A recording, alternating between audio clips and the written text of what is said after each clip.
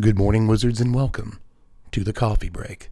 It's time to wake up, sit back, and enjoy a cup of whatever you'd like while we discuss the overnight previews for Murders at Karlov Manor.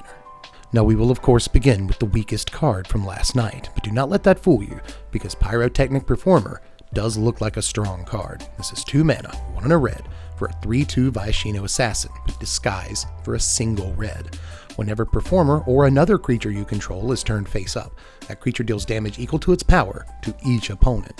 Now, this looks particularly exciting in the limited environment, but I wouldn't count it out in constructed either, as even just by itself, it's 4 mana to bolt the opponent and get a 3/2 body on the table.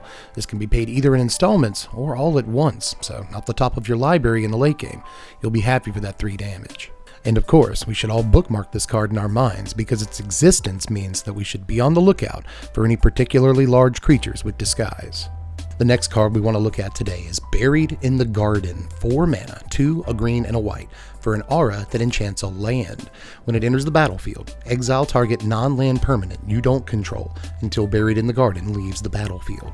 Whenever enchanted land is tapped for mana, its controller adds an additional 1 mana of any color. Both ramp and removal in the same package looks quite strong, especially in the Atraxa and Domain decks in Standard. This could have a home on day 1. I also like that if you play it on at least 5 open mana, then suddenly you can attach it to your untapped land and you have 2 mana left over. This will very likely be an important playline if the card sees play. And I certainly think it could, but overnight we also got to see what I believe is the strongest case we've seen so far. Case of the Stashed Skeleton. This is 2 mana, 1 and a black, and when it enters the battlefield, you create a 2/1 black skeleton creature token and suspect it. If you need a reminder, that means that it has menace and it cannot block. To solve this case, you have to have no suspected skeletons. Once the case is solved, you may pay 1 and a black and sacrifice the case to search your library for a card, put it into your hand, and then shuffle your library. But you may only activate this as a sorcery. A 2 mana, 2/1 menace that becomes a demonic tutor certainly does not look embarrassing. The real idea behind this card is getting rid of the 2/1 token that it makes when it ETBs. However, the trick is that it cannot block. That said, it should be very easy to sacrifice this away to a number of effects, including Bargain currently extant in Standard. And of course, if nothing else, you can just keep plowing in with the 2/1 skeleton every turn until your opponent feels the need to block it. And sure, even once you do succeed in stashing your skeleton, you do have to wait as much as a full turn before you can use your demonic tutor. But once you do, especially if it's later in the game, you should have plenty of mana left over to cast whatever your evil heart went and tutored. Up next is Steam Core Scholar, a very good looking card from overnight. This is 3 mana, 2 and a blue for a 2/2 weird detective with flying and vigilance. When it enters the battlefield, you draw 2 cards, then discard 2 cards unless you discard an instant card, a sorcery card, or a creature card with flying. The large spread of card types available to discard to this thing in order to make it card neutral means that it will be so most of the time. This is perhaps an odd take, but the card this reminds me most of is Fable of the Mirror Breaker.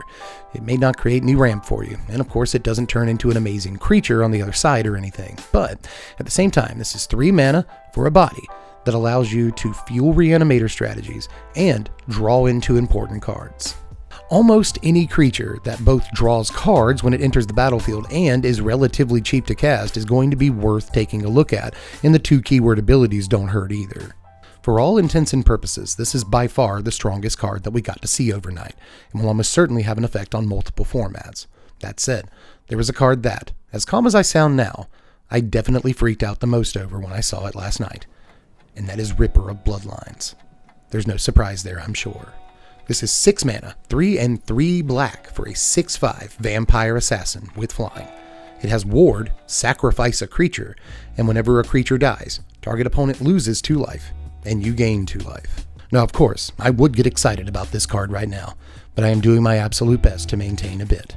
As a matter of fact, you know what? Here I am. Hey, everybody, it's Dev.